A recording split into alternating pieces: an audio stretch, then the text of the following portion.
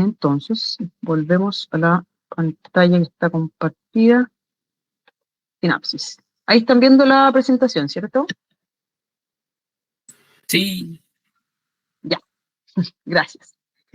Bien, entonces, como les decía, terminamos. Además, igual a mí, eso es algo que les quería comentar. A mí me gusta que cada clase tenga como un fondo distinto, porque al menos a mí, yo tengo harta memoria visual, entonces el hecho de ir como recordando las diapositivas o un poquito como el tipo de letra, los colores de fondo, también me ayudan a ir relacionando la clase con las diapositivas, con los conceptos.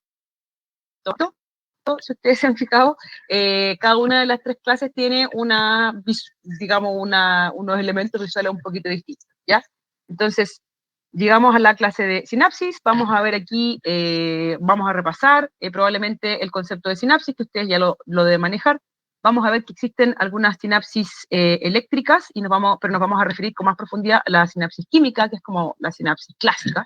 Y vamos a ver cómo se libera el neurotransmisor y un poco qué significan los potenciales o qué significan los cambios de potencial en las neuronas en términos de cuándo finalmente se libera un neurotransmisor o cuándo no. Los conceptos de potencial sináptico excitatorio, inhibitorio y sumación.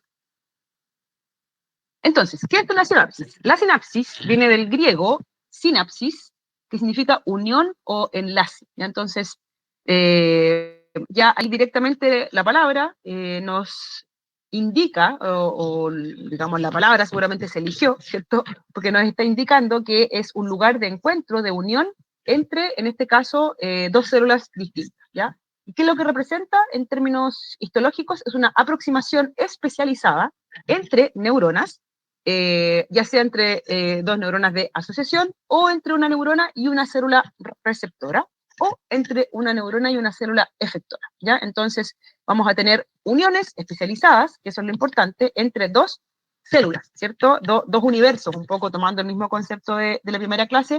Las membranas separan universos y en este caso vamos a tener dos universos intracelulares separados, pero que están unidos, ¿cierto? ¿A través de qué? A través de la sinapsis, ¿ya?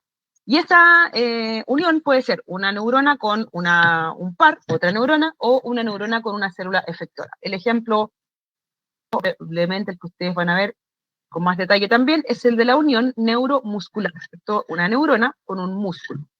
Y también en endocrinología seguramente van a ver más la unión de una neurona con una célula endocrina, ¿cierto? O con una glándula, ¿ya? Pero aquí hay un mensaje que quizá uno no lo ve tan claro.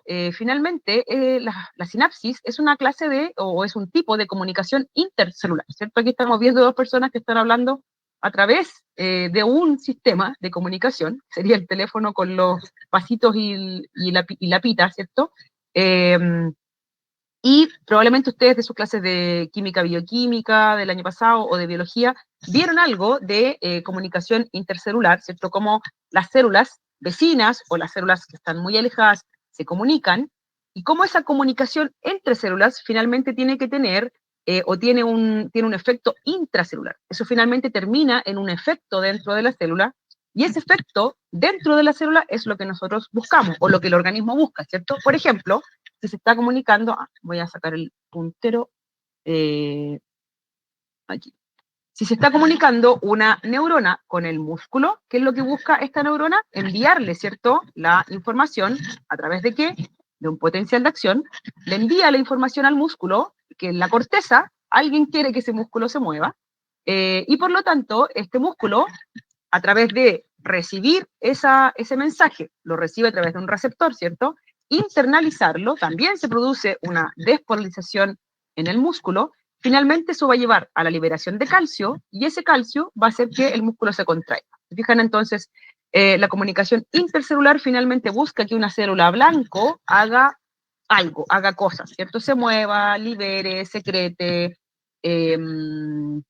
produzca proteínas, ¿ya? Eso es entonces, bueno, y básicamente a través de eso es la forma que tiene el organismo de funcionar, ¿ya? Entonces eso es lo que les comentaba, la comunicación intercelular es necesaria para que el organismo funcione de manera coordinada, ¿cierto? Acá tenemos algunos ejemplos de comunicaciones intercelulares.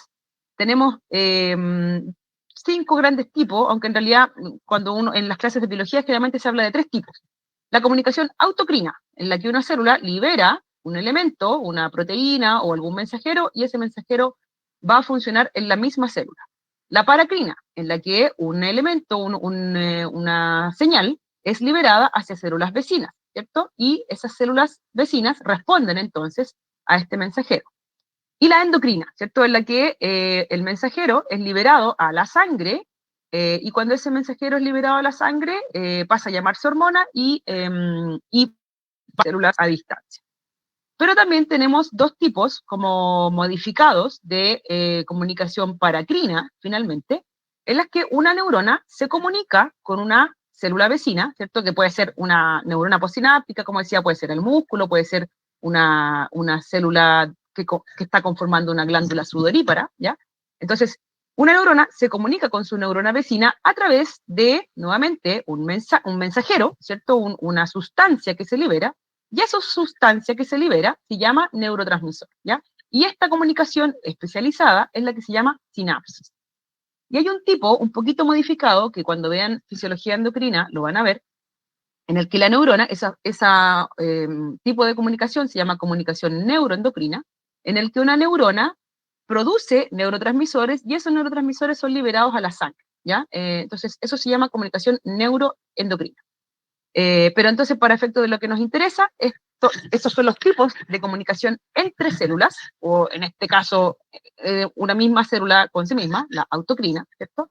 Y lo que vamos a ver entonces principalmente hoy día es esto, la comunicación de una célula especializada, una neurona, que tiene, ¿cierto?, esta capacidad de ser un tejido excitable, es decir, de cambiar su potencial de reposo de manera aguda, de producir un potencial de acción que se moviliza, ¿cierto?, por el axón, y de terminar entonces en una comunicación especializada que termina en la sinapsis, ¿cierto? Pero ojo que esa sinapsis, finalmente este neurotransmisor, va a hacer a su vez nuevas cosas en esta célula postsináptica. Si esta célula es otra neurona, va a, eventualmente, el objetivo es que llegue esa segunda neurona a descargar otro potencial de acción, ¿cierto?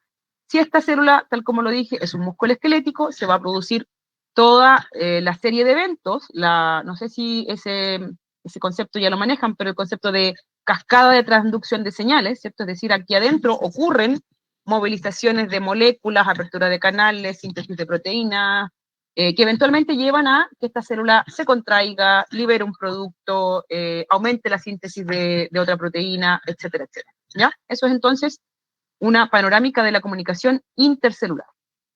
Entonces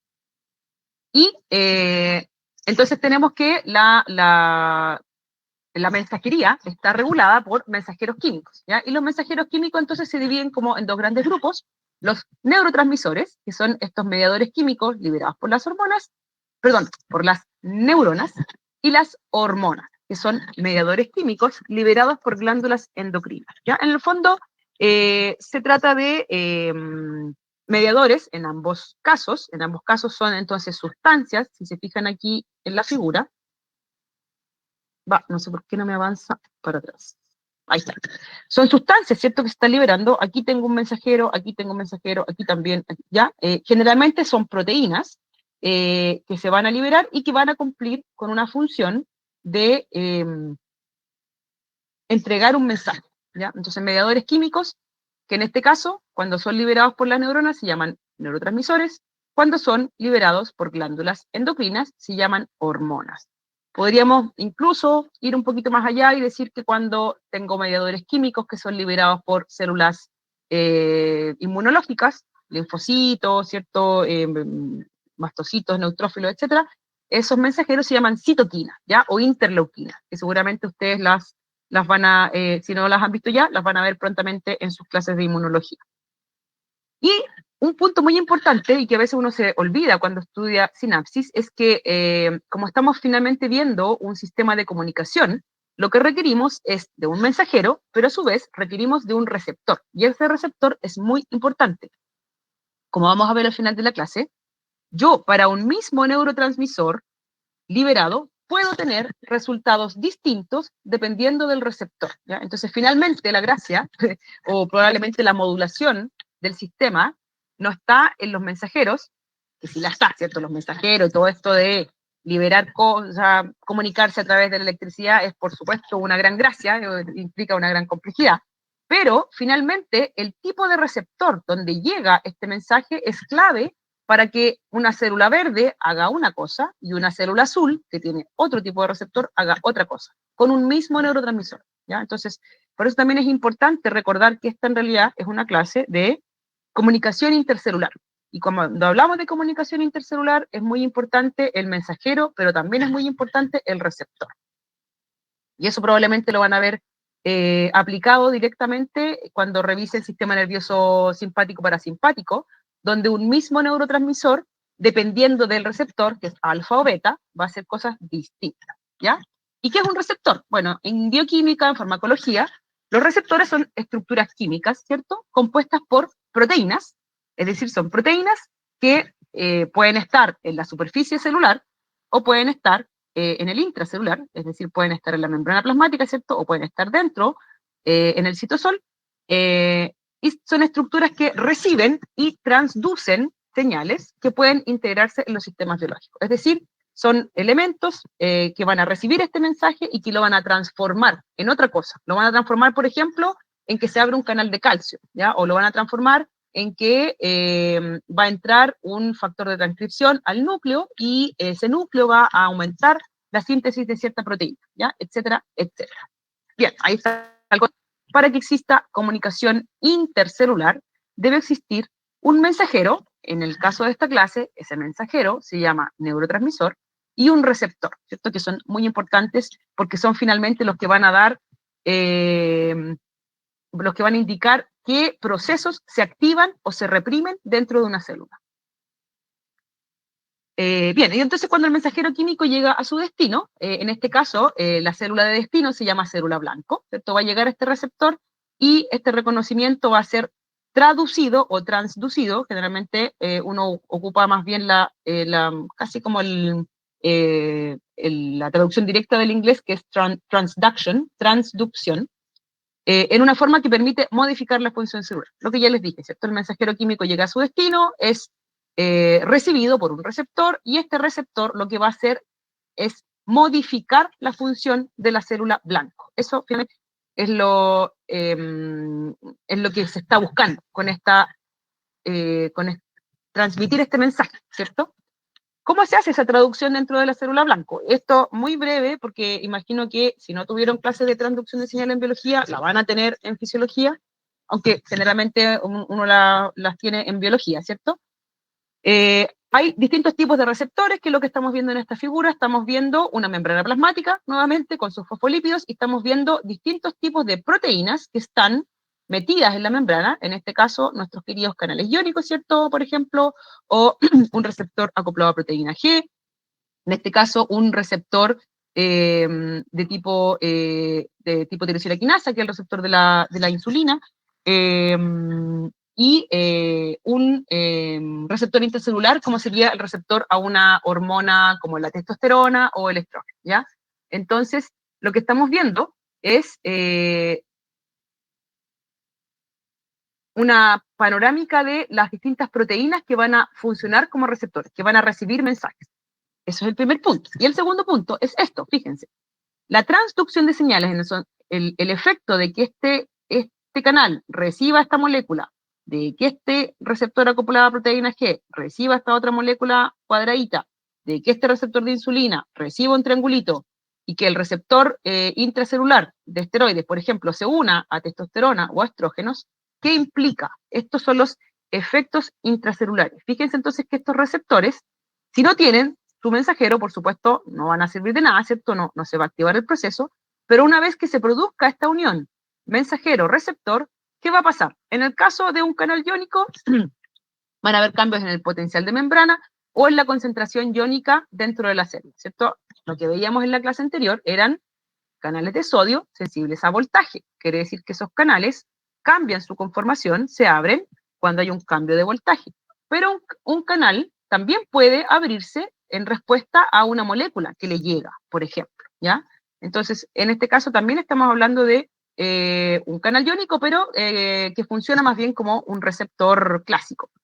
Receptores acoplados a proteína G, que es lo que hacen, fosforilan proteínas, En el caso del receptor de insulina también hay fosforilación de proteínas, y un ejemplo muy clásico de los receptores de hormonas, por ejemplo, de testosterona, es que estos receptores migran, se van hacia el núcleo y modifican, por ejemplo, la síntesis de proteínas.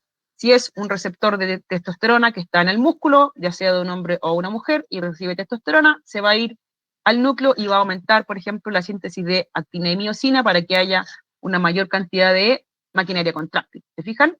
No estamos todavía hablando netamente de neurotransmisión. Ojo, estamos yendo un poquito más hacia atrás, hacia la generalidad de qué es lo que hacen los receptores, ¿ya? Entonces, si lo queremos llevar a neurotransmisión, eventualmente lo que nosotros podríamos tener acá es una membrana postsináptica, una neurona que está después de la sinapsis, ¿cierto? Acá, y que entonces podríamos estar viendo todo lo que está ocurriendo en esta neurona que está recibiendo estos distintos mensajes con estos distintos mensajeros. ¿Cómo vamos hasta aquí?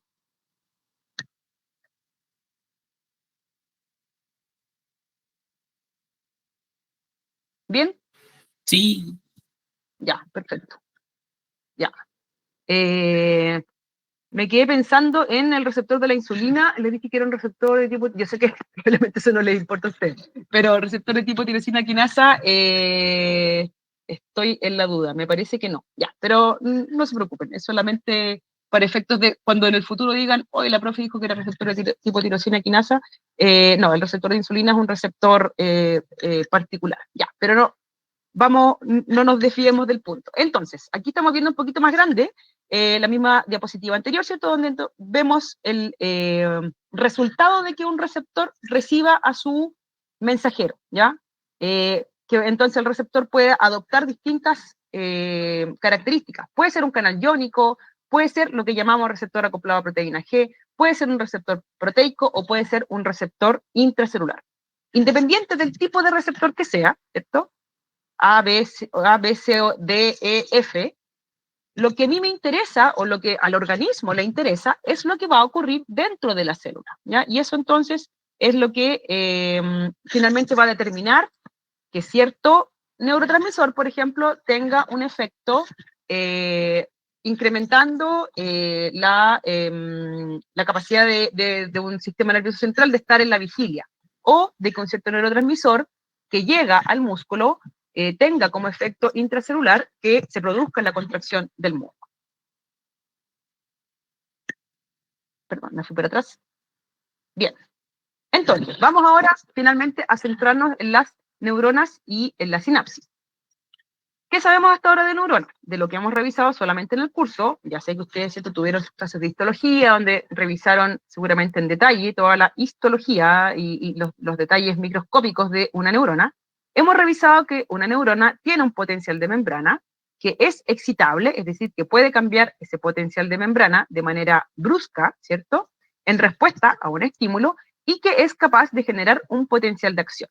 Lo que estamos viendo acá entonces sería un zoom donde estamos viendo una neurona con su potencial de membrana de reposo, donde tenemos las corrientes de fuga de potasio, la bomba sodio-potasio TPasa y el efecto de Gibbs-Donald, ¿ya? Y entonces, las neuronas, para poder transmitir esta información, lo que hacen es comunicarse con otras neuronas, ¿cierto? Porque de hecho su rol es justamente ese, comunicar información. Entonces la función de las neuronas es transmitir información de la manera más rápida posible, y eso hasta el momento, al menos en nuestro organismo, la manera más rápida de transmitir información es transmitirla a través de un impulso eléctrico, es decir, el potencial de acción, pero muy importante también, y probablemente ustedes lo revisaron, ¿cierto?, en su curso de histología, estas neuronas tienen esta capacidad interesantísima que es integrar la información. Entonces, claro, nosotros en fisiología o cuando estudiamos potencial de acción vemos una neurona aislada, ¿cierto?, y vemos lo que pasa acá, pero en realidad esto está ocurriendo miles de millones de veces, ¿cierto?, en un sistema nervioso central donde una neurona recibe muchísimas aferencias, entradas de información que a su vez se van a abrir en muchas salidas, ¿cierto?, que se integran impulsos, por ejemplo, inhibitorios con impulsos excitatorios, y que eso finalmente esta célula lo integra y da una respuesta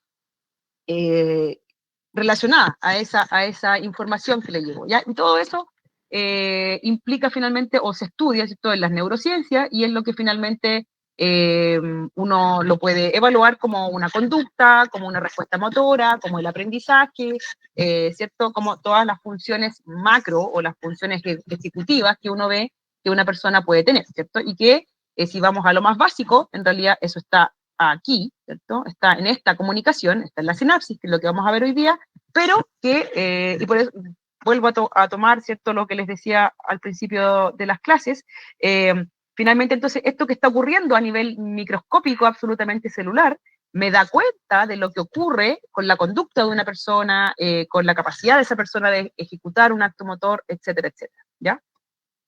Bien, ¿en qué termina entonces el potencial de acción? Termina en la sinapsis.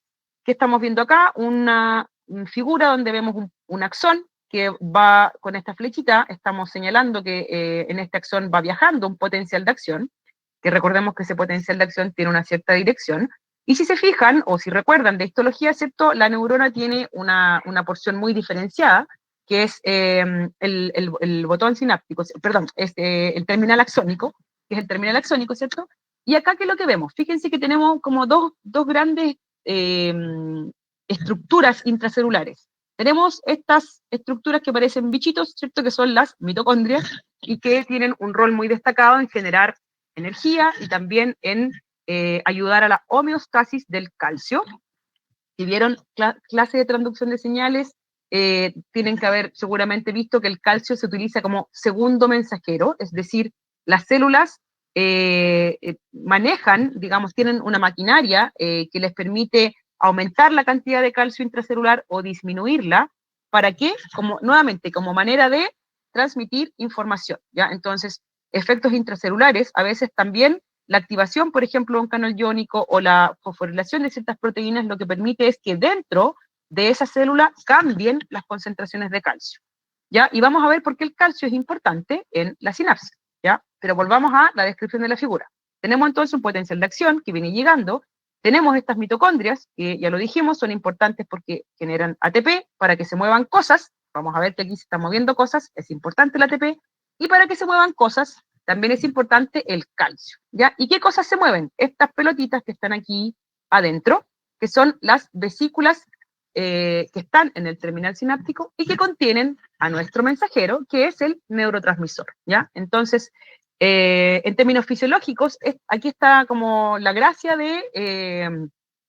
o más bien dicho, el final del potencial de acción. El potencial de acción llega al terminal axónico y se transforma de una señal eléctrica en una señal química. Se transforma entonces en un cambio en el potencial de membrana. Ese potencial de membrana es sensado por esta porción distal del axón, y vamos a ver cómo entonces este potencial de membrana ahora lo que hace es empujar estas vesículas sinápticas hacia la membrana plasmática, hace que, si incluso se fijan, estos neurotransmisores salgan y llegan a la membrana postsináptica. ¿Y llegan a dónde? A un receptor. Y ese receptor entonces va a hacer cosas en esta célula postsináptica, y esas cosas las vemos como un efecto macroscópico eventualmente, ¿cierto? Contracción muscular.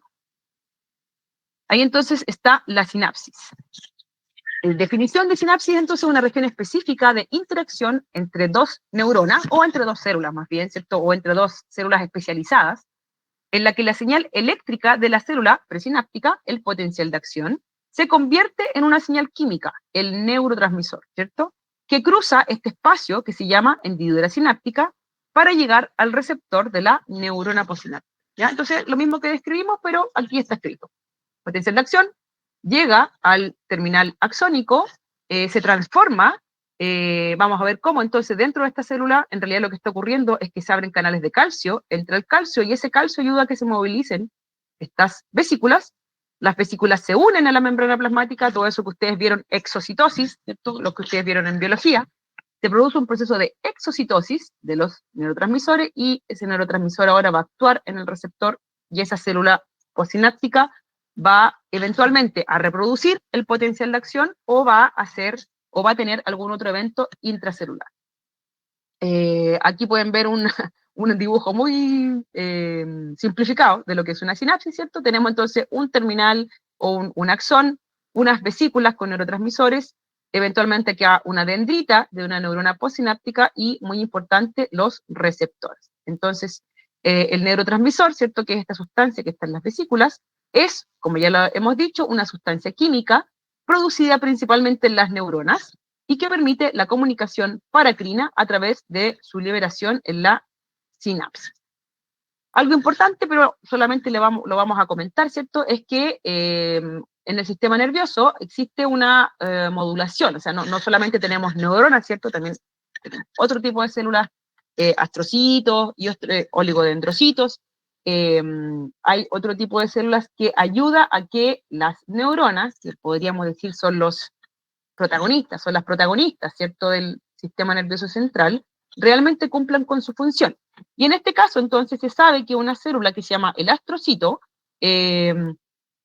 ayuda a regular la sinapsis química, ¿ya? Entonces, los astrocitos, por ejemplo, ayudan eventualmente como una especie de impermeabilizadores, como que ayudan aquí a cerrar este espacio, ¿cierto? Entonces, a lo que ocurra acá, eventualmente difunda más lento, o también, por ejemplo, el astrocito puede liberar sustancias que potencian esta sinapsis o que la inhiben, ¿ya? Entonces, lo que vamos a revisar ahora de sinapsis es un proceso, es bien específico, bien simplificado, por así decirlo, porque lo que vamos a ver principalmente es como este potencial de acción. ¿Se acuerdan que yo les decía que uno dibuja así el potencial de acción? Una línea horizontal que sube y baja. Entonces, vemos que acá viene un potencial de acción, llega al terminal presináptico, pasan cosas aquí, que son las que vamos a ver ahora, se libera un neurotransmisor y ese neurotransmisor actúa en el receptor y fíjense lo que ocurre. Esta neurona 2 vuelve a reproducir el potencial de acción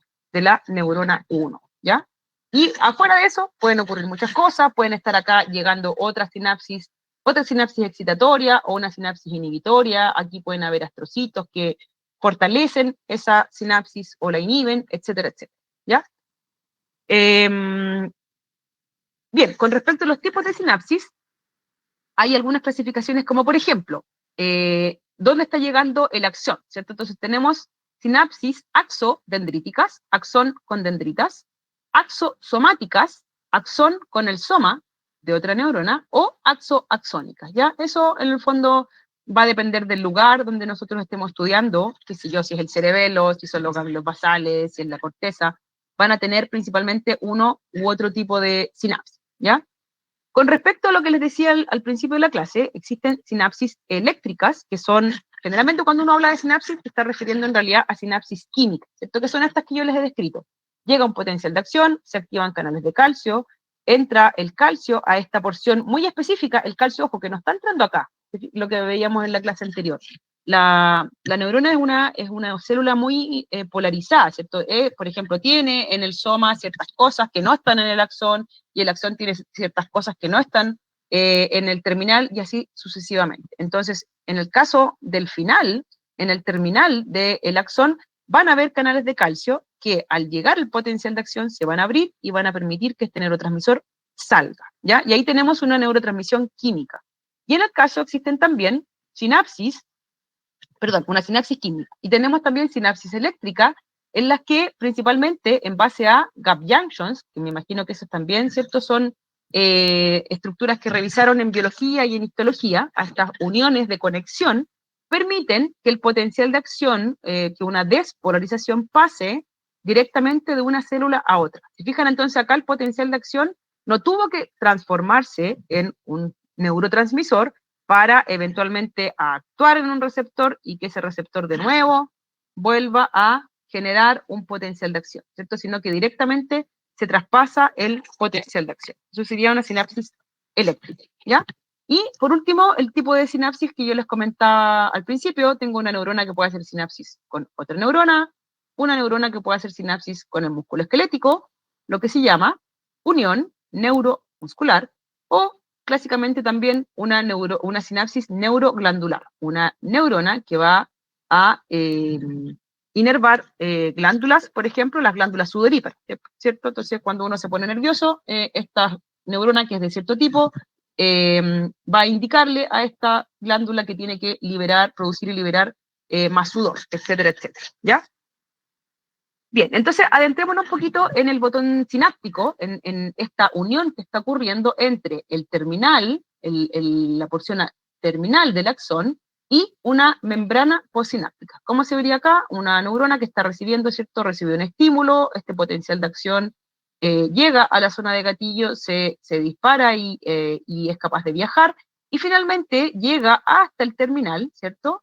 Y aquí entonces, en el terminal, tenemos que transformar esto que era un impulso eléctrico en un mensajero químico, en la liberación de un neurotransmisor, ¿ya? ¿Y cómo ocurre eso? Entonces, para eso necesitamos más bien de que este neurotransmisor esté previamente sintetizado. Entonces, estas moléculas de mensajero van a estar guardadas en este terminal, ¿cierto? Van a estar guardadas en vesículas, que se llaman vesículas sinápticas, y van a ser liberadas entonces cuando llegue el estímulo eléctrico. Hay algunas proteínas, por ejemplo, se las comento por si eventualmente las escuchan, ¿cierto? Sinaptorelina, SNAP25, sintaxina, son proteínas que van a participar en la unión de las vesículas con la membrana plasmática, ¿ya? Son importantes porque hay algunas patologías donde se pueden afectar, o también hay algunas toxinas que pueden afectar, por ejemplo, el funcionamiento o la unión de estas vesículas a estas proteínas que en conjunto se llaman proteínas SNARI, ¿ya? Y tenemos entonces este espacio que es el espacio sináptico, donde el neurotransmisor va literalmente a atravesar, navegar este espacio y va a llegar a la membrana postsináptica, ¿ya? Y muy importante, entonces, con la llegada del estímulo eléctrico, esto que estamos viendo acá como un rayo, se abren los canales iónicos de calcio, que, como veíamos acá, estaban, ¿cierto?, me perdí, ¿dónde tenía los canales de calcio? Bueno, está más adelante. Se abren los canales de calcio, acá, ¿cierto? Se abren los canales de calcio que van a permitir que entre más calcio, el calcio también, cuando se abren canales iónicos, se mueve desde afuera, desde el extracelular hacia el intracelular, y eso ayuda a que estas vesículas se movilicen. Si ustedes lo piensan, estas son vesículas que están aquí estacionadas, están ahí y no tendrían por qué moverse, ¿cierto? Cualquier elemento para moverse necesita de una cierta energía. En este caso, entonces, esa capacidad de movilizar esas vesículas se las da el calcio, e indirectamente el ATP, ¿cierto? Y entonces, al liberarse estas vesículas y fusionarse, se fijan aquí, con la membrana plasmática, se liberan los neurotransmisores, ¿ya? Entonces, ¿cuál es el rol del calcio en la liberación del neurotransmisor? Al llegar el impulso eléctrico, entonces, estos canales de calcio dependientes de voltaje, de nuevo, se fijan, teníamos canales de sodio dependientes de voltaje y ahora tenemos canales de calcio dependientes de voltaje. Al llegar entonces el potencial de acción estimula a estos canales de calcio dependientes de voltaje, estos canales de calcio se abren, entra el calcio y permite entonces que estas vesículas se movilicen. ¿Se fijan? Está saliendo entonces este neurotransmisor cafecito aquí a la hendidura sináptica y finalmente se va a unir a receptores que están en la membrana postsináptica para que eventualmente esta segunda neurona también se despolarice y termine en un nuevo impulso eléctrico. ¿Ya? Hasta ahí, ¿cómo vamos? Bien. Buenísimo. ¿Quién es tan, tiene tan buen ánimo? Me parece muy bien. Bien, entonces, hasta aquí, eso es la sinapsis. Si se fijan, yo les comenté, les prometí, ¿cierto?, que la primera clase era la más difícil, la más árida, y de ahí vamos cada vez como migrando un poquito más hacia lo biológico y hacia lo que a ustedes como estudiantes de medicina se les hace un poquito más amistoso, ¿cierto? Como ir relacionando lo que está pasando en la célula con lo que está pasando con lo que estamos viendo en una persona, ¿ya? Entonces, voy a volver a esta diapositiva donde tenemos que recordar que finalmente esto es una manera de comunicarse, ¿cierto? Entonces, el potencial de acción también es una manera en la que esta neurona está dando aviso de que recibió, está entregando esa información o esa información está viajando a lo largo del axón y esa información se está después entonces entregando a una segunda neurona, ¿ya? Y vimos entonces la sinapsis, y hay algunas, o después entonces de que tenemos ya podemos entregar el mensaje a nuestra célula blanco para que esa célula blanco haga cosas, podemos ahora empezar a hilar un poquito más fino, en términos de los potenciales, ¿cierto? Y en términos de lo que hace una neurona, porque como yo les decía, las neuronas integran, ¿cierto? Entonces, esta neurona va a estar recibiendo, por ejemplo, aquí vemos que esta neurona está recibiendo, está aquí haciendo sinapsis con otra neurona que viene de arriba, a su vez acá probablemente esta por atrás también está haciendo sinapsis, y eventualmente esta neurona puede ser una neurona que está indicando que esta tiene que despolarizarse, voy al tiro a la pregunta, pero esta otra sinapsis eventualmente le puede estar indicando a la neurona que se hiperpolarice, ¿ya? Entonces, las neuronas deben integrar la información que les llega desde otras neuronas río arriba, por así decirlo, para finalmente terminar en un mensaje que sea coherente con lo que está ocurriendo en el medio externo, ¿ya? Voy a ver, parece que hay una pregunta en el chat. Rodolfo levantó la mano. Dígame, Rodolfo.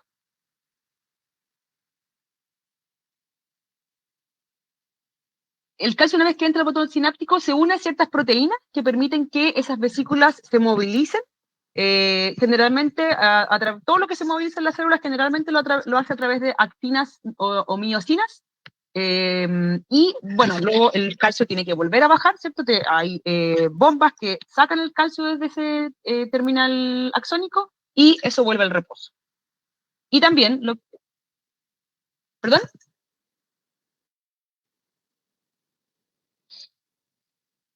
Sí, pero en realidad el concepto que se usa es más bien el concepto de segundo mensajero, como yo les decía. En el fondo, volviendo acá, el calcio lo que hace es unirse a ciertas proteínas que a su vez, al estar unidas a calcio, pueden movilizarse, que funcionan un poquito como, no sé si ustedes se acuerdan en biología, por ejemplo, cuando los microtúbulos, ¿cierto? Eventualmente pueden mover cosas dentro de una célula.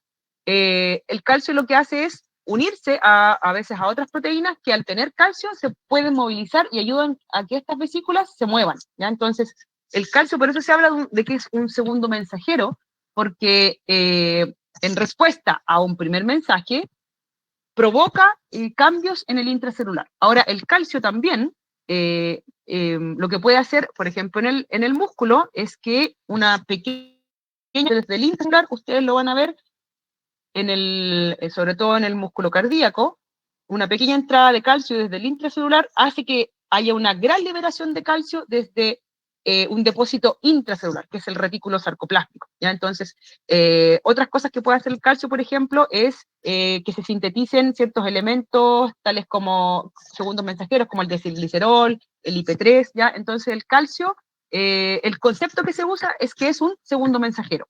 En este caso, lo que está haciendo esta entrada de calcio, que es regulada, fíjense que está entrando solamente en respuesta al impulso eléctrico, que es muy, geográficamente es muy especializada. Esta entrada de calcio no está ocurriendo en el axón, está ocurriendo solo aquí. Es muy acotada. Entra el calcio y luego tiene que salir para volver, para que los niveles de calcio intracelular vuelvan al basal, ¿ya? Entonces, este calcio que entra se une a otras proteínas que son capaces de mover estas vesículas sinápticas, y esas vesículas sinápticas finalmente se unen a la membrana plasmática y exocitan ese neurotransmisor. ¿Sí? ¿Queda un poco más claro? Ya, buenísimo. Ya. Entonces, como yo les decía, ya una vez que entendemos, ¿cierto?, que este potencial de acción termina en la liberación de un neurotransmisor, y ese neurotransmisor a su vez puede terminar directamente en un efecto, contracción muscular, o en que una segunda neurona vuelve a tomar ese impulso, lo vuelve a transformar en un potencial de acción, y así hasta que llega a una célula que va a hacer algo, ¿cierto?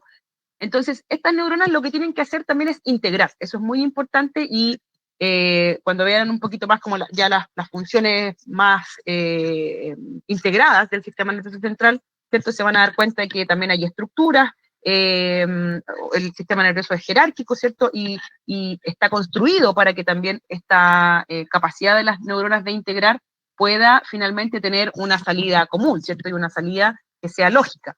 lógica a qué, a lo que está pasando a mi exterior, ¿cierto? Siempre recordemos que esto que está en la célula en realidad está respondiendo a un evento que está ocurriendo afuera, frío, calor, el riesgo de, ¿cierto?, de que me muerda un perro, etcétera, etcétera. Entonces, ¿a qué quiero ir con esto? A que existen ciertos potenciales sinápticos que son excitatorios, inhibitorios, ya que existe la sumación. Aquí viene un poco el concepto de integración. Los potenciales entonces posinápticos son estos cambios de potencial que se producen en las dendritas o en el cuerpo celular, ¿cierto? Y tenemos potenciales posinápticos excitatorios, que son el resultado de la entrada de sodio. Y como sabemos, el sodio despolariza la membrana, aumenta la probabilidad de que se genere un potencial de acción, ¿cierto? También tenemos potenciales posinápticos inhibitorios, lo que yo les decía, eventualmente una neurona va a estar recibiendo entonces potenciales o estímulos que van a implicar que aquí puede entrar sodio, pero acá, por ejemplo, puede estar entrando cloruro, un potencial posináptico inhibitorio, ¿ya? Y en ese caso, se me perdió el puntero, en ese caso, lo que está entrando es cloruro, es decir, el cloruro lo que hace es hiperpolarizar la membrana, el potencial de reposo, ¿cierto? Y eso reduce la probabilidad de disparo neuronal. Entonces uno pensará, bueno, ¿para qué quiere, ¿cierto?, el sistema nervioso inhibir un mensaje? Es muy importante, es importantísimo que ciertos mensajes se inhiban, ¿cierto? Porque en realidad el sistema nervioso lo que hace todo el tiempo es estar regulando estímulos excitatorios o, digamos, o respuestas excitatorias con respuestas, por ejemplo, todo lo que tiene que ver con el equilibrio, la coordinación, el sistema motor. Van a ver después que entran en juego neuronas que vienen del cerebelo, neuronas que vienen de los ganglios basales, neuronas que forman parte de la médula, y todo eso tiene que coordinarse a través de excitación, inhibición, ¿para qué? Para que mis movimientos sean coordinados y sean coherentes, ¿ya? Entonces, vuelvo al concepto de que una neurona es una estructura, la verdad, complejísima, que ya tiene la gracia, ¿cierto?, de ser un tejido excitable, pero además tiene la característica de poder integrar la información que le llega desde distintas neuronas río arriba, ¿ya? ¿Y qué es lo que integra entonces? Integra potenciales posinápticos excitatorios, es decir, pequeñas despolarizaciones, o potenciales posinápticos inhibitorios, es decir, pequeñas hiperpolarizaciones, ¿ya? Y en la medida que eso se va a potencial de acción. Y aquí viene el concepto de sumación. Existen dos maneras de sumar, entonces, estos potenciales excitatorios o inhibitorios. Hay una sumación temporal que surge de entradas repetidas en una misma neurona, por ejemplo, lo que vemos acá, ¿cierto? Bueno, acá, perdón, vemos una neurona, nuestra neurona está acá está el soma, las dendritas, el axón, y aquí tenemos entradas, 1, 2, 3, 4, ¿cierto? En este caso, esta neurona está recibiendo solo un estímulo excitatorio, ¿cierto? De la entrada 1, y si se fijan, pasaba lo que veíamos en la clase anterior. Este estímulo excitatorio, si bien es cierto, la neurona lo sintió, no alcanzó a producir un potencial de acción, ¿ya? En el caso de la sumación temporal, lo que tenemos es la combinación de potenciales excitatorios en la misma conectada en el tiempo. Fíjense, 1, 2, 3, 4. Y eso va llevando paulatinamente al potencial de membrana a un potencial más cercano al potencial umbral para que se pueda producir el potencial de acción, ¿cierto? Y también tengo la posibilidad de una sumación espacial, es decir, distintos estímulos, entrada 1, 2, 3, 4, todos ellos excitatorios, van a llevar finalmente a que esta neurona posináptica eventualmente dispare un potencial de acción. Pero ¿qué es lo que pasará si yo tengo un estímulo excitatorio y el 2, 3 y 4 son inhibitorios? Entonces, esta neurona posináptica se inhibe, ¿cierto? Se hiperpolariza y disminuye la probabilidad de disparar un potencial de acción. Y eso es fisiológico, ¿cierto? Entonces, una neurona va a estar sometida a potenciales posinápticos excitatorios e inhibitorios, y de esa manera va a modular finalmente la despolarización, es decir, que esta neurona finalmente sí descargue o no descargue, y eso finalmente termina modulando la acción o el funcionamiento de una cierta estructura.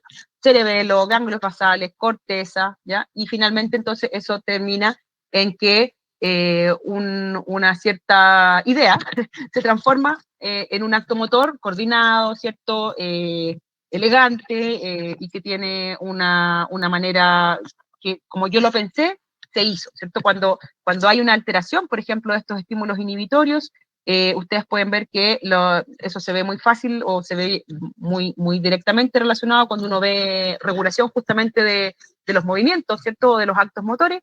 Ahí se ve bien fácil como una desregulación, por ejemplo, de esta sumación temporal, de la sumación espacial, o un déficit de la inhibición, se puede ver cómo eso resulta en una alteración de un acto motor. Ya un poquito con una visión un poquito más macro, esto solamente para que ustedes vayan como familiarizándose con algunos neurotransmisores, con nombres de neurotransmisores, algunos a lo mejor les suenan, tales como la serotonina, ¿cierto? La dopamina, que sobre todo ahora con esto de que las redes sociales inducen, ¿cómo se llama esto? Actos de adicción. Son clásicos neurotransmisores que tienen que ver con la adicción, con la salud mental, pero hay muchos otros: acetilcolina, GABA, glicina, glutamato, histamina, noradrenalina, ¿ya?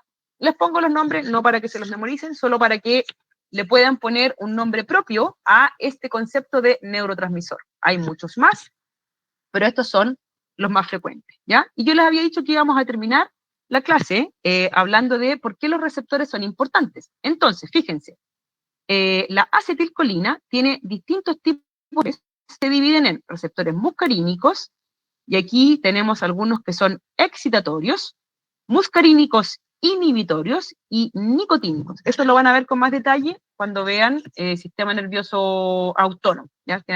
O eventualmente también lo van a volver a revisar en sus clases de farmacología. Ahí también van a ver receptores. ¿Ya?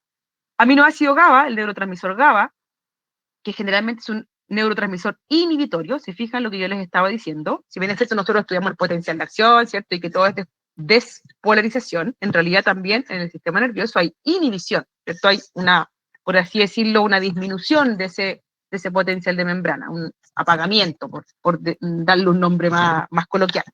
Este aminoácido GABA tiene también dos tipos de receptores. La glicina también tiene dos tipos de receptores. El glutamato tiene los receptores tipo NMDA, AMPA, kainato, metabotrópicos del glutamato, etcétera, etcétera. ¿Ya?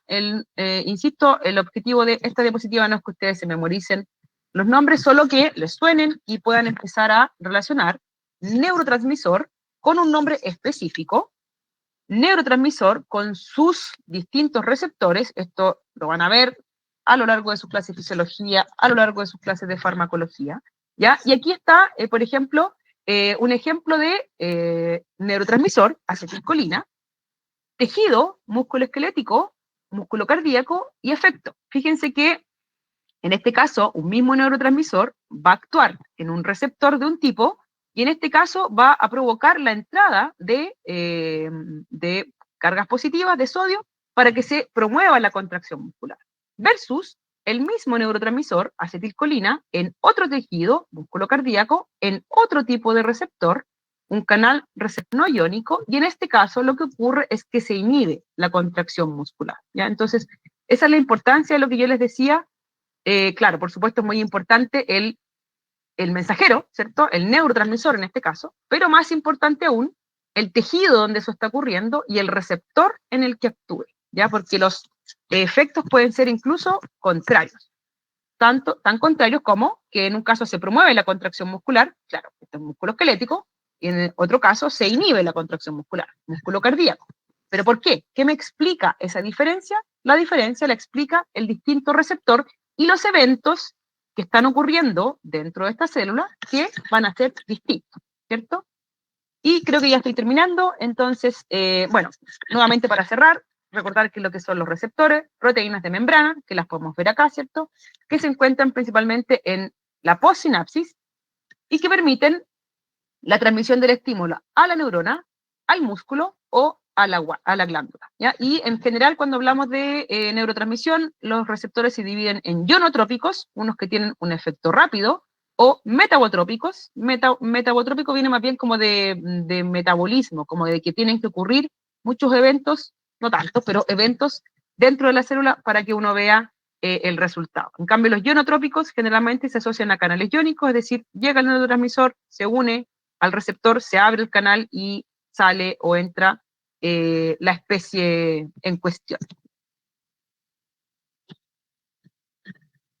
Fin, creo que también cumplimos con el tiempo.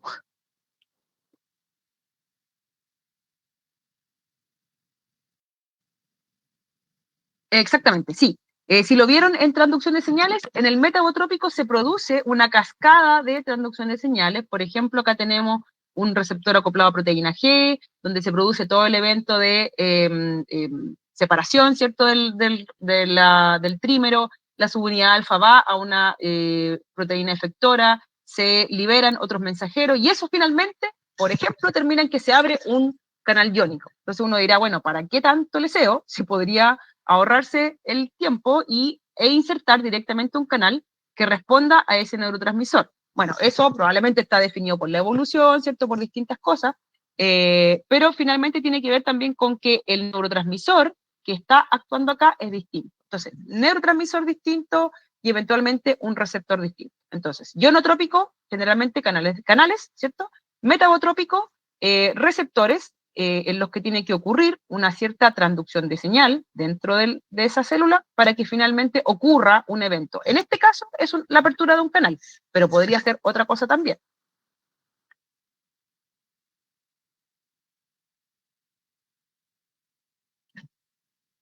Perfecto. ¿Más preguntas?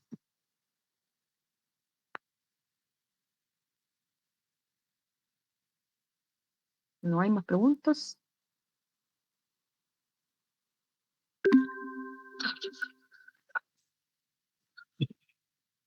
Ya, no hay más preguntas. 8, 9, no, 8, 9, 10, 11, 12. Uf, tuvimos 4 horas eh, conversando de fisiología. Bueno, yo hablando, ustedes escuchando.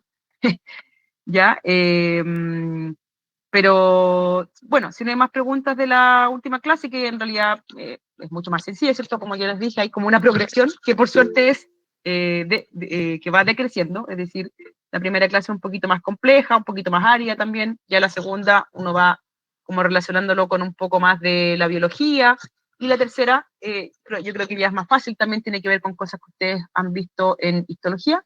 Así que Rodolfo tiene una pregunta.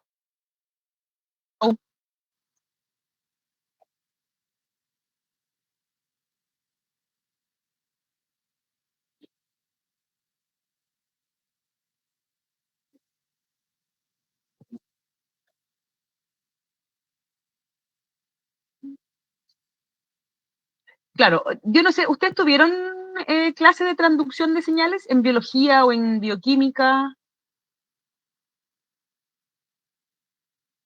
¿No? Pero, ya, Diego también dice que no. Pero, por ejemplo, lo que pasa como en el intracelular, cuando vieron, a ver, un clásico, el AMP cíclico, el GMP cíclico, la proteína quinasa A, ¿les suena eso o no les suena?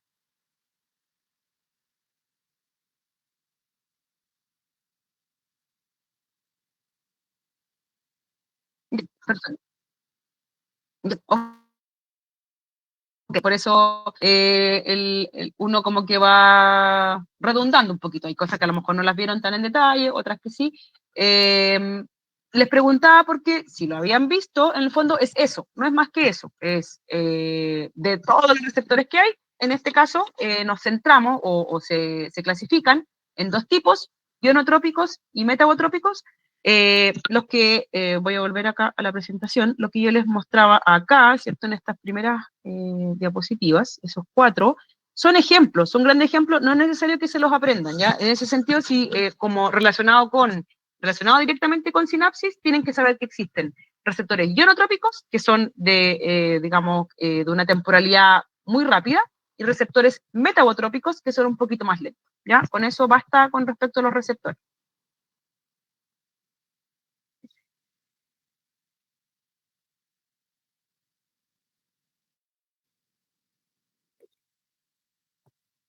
Ya, la integración tiene que ver, bueno, en el fondo es este monito como de acá, que claro, esto se ve multiplicado miles de millones de veces. Una neurona, aquí estamos viendo una neurona, pero a su vez esta neurona también va a descargar sobre otra neurona, que a su vez recibe la información de otras muchas neuronas, ¿cierto? Entonces, en cada neurona se está produciendo, la neurona tiene la capacidad de integrar, es decir, bueno, estoy recibiendo 4 estímulos excitatorios en el tiempo, además estoy recibiendo de la neurona 1, de la 2, de la 3 y de la 4, y son todos positivos. Entonces eso significa, poniéndole voz a una neurona, eso significa que me tengo que despolarizar. Versus otra neurona que va a recibir a lo mejor también, por ejemplo, 4 estímulos en la entrada 1, pero esos 4 son inhibitorios, y recibe de la entrada 2, 3 y 4 estímulos excitatorios, estar integrado dentro de esta, ¿cierto? Va a haber como un juego de potenciales, y finalmente eso va a resultar en la capacidad de que esa neurona se despolarice o no se despolarice. ¿Ya? Y eso va a implicar que todas estas neuronas, río abajo, a su vez, se van a despolarizar o no se van a despolarizar.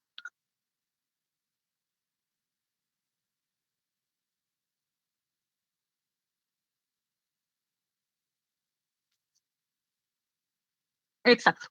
Claro, finalmente uno podría ver como una suma recta, ¿cierto?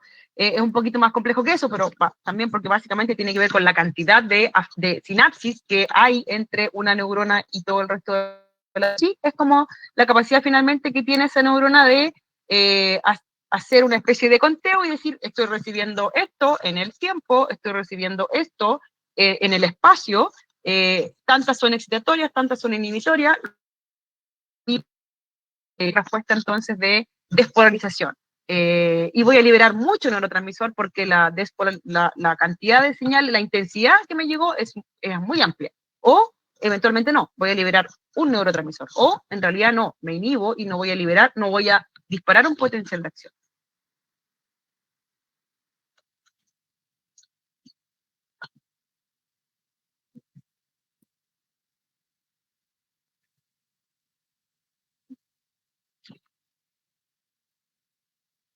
Es que a su vez, eso en el fondo, esta sería como el asiento celular de esa, porque a su vez esto tiene un componente macro, más macro, ¿cierto? Que son las estructuras, que es el hipocampo, el cerebelo, el cuerpo calloso, que a su vez sufren plasticidad, es decir, yo puedo potenciar una cierta sinapsis o puedo olvidarla, ¿cierto? Esa sinapsis puede desaparecer.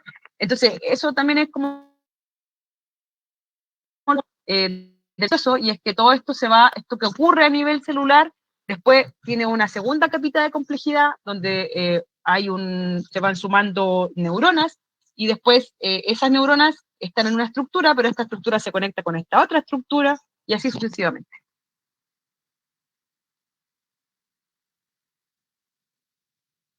De nada, gracias Rodolfo por la participación. ¿Alguien más con alguna duda mortal, alguna sugerencia, algún comentario?